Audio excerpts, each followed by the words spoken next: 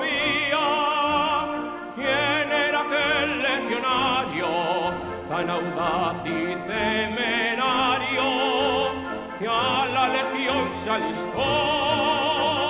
Nadie sabía su historia, mas la legión suponía que un gran dolor le mordía como un lobo el corazón.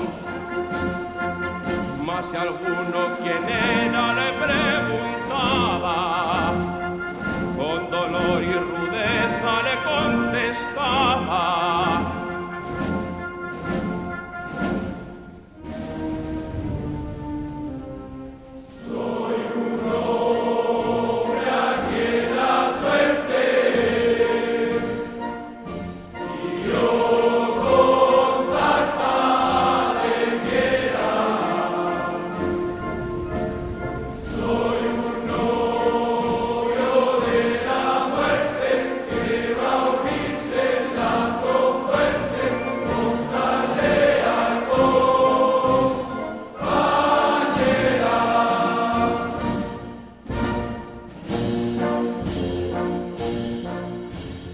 cuando más duro era el fuego y la pelea más fiera, defendiendo a su bandera, el legionario avanzó y sin temer al empuje del enemigo exaltado, supo morir como un bravo y la enseña rescató.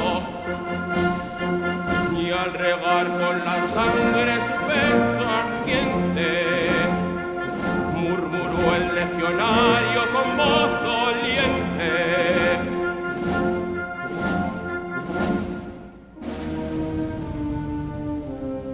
soy un hombre a quien la suerte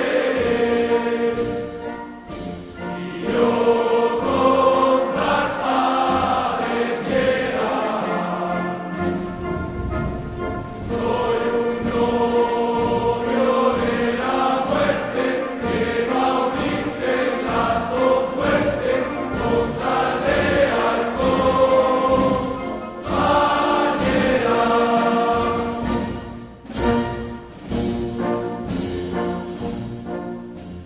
Cuando al fin le recogieron, entre su pecho encontraron una carta y un retrato de una divina mujer.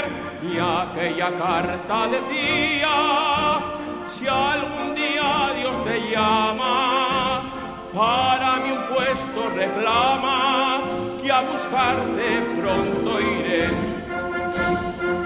Y en el último beso